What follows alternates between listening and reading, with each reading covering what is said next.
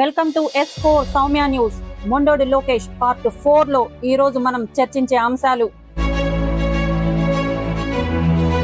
లోకేష్ ని ఆ మీడియా సంస్థ ఎందుకు టార్గెట్ చేస్తుంది?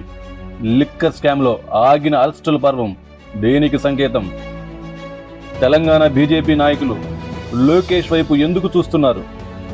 దేశ ఉపరాష్ట్రపతి ఎన్నికలో టీడీపీ మార్క్ ఉందా? Modi Amit Shah charisma మసకబారిపోయిందా?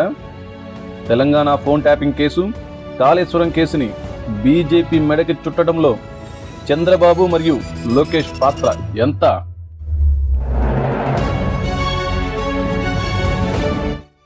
BRS, BJP, YSRCP పార్టీలు లోకేష్ మొండితనం, చంద్రబాబు రాజకీయంతో బలైపోయాయా?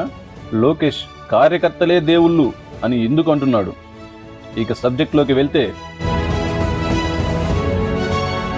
టీడీపీ పార్టీకి ఎంత కాదనుకున్నా ఆ మీడియా సంస్థ ఎంతో కొంత అనుకూలంగా ఉంటుంది. టీడీపీ పార్టీలోని ఎంతో మంది నాయకులకి ఆ మీడియా సంస్థ అధిపతికి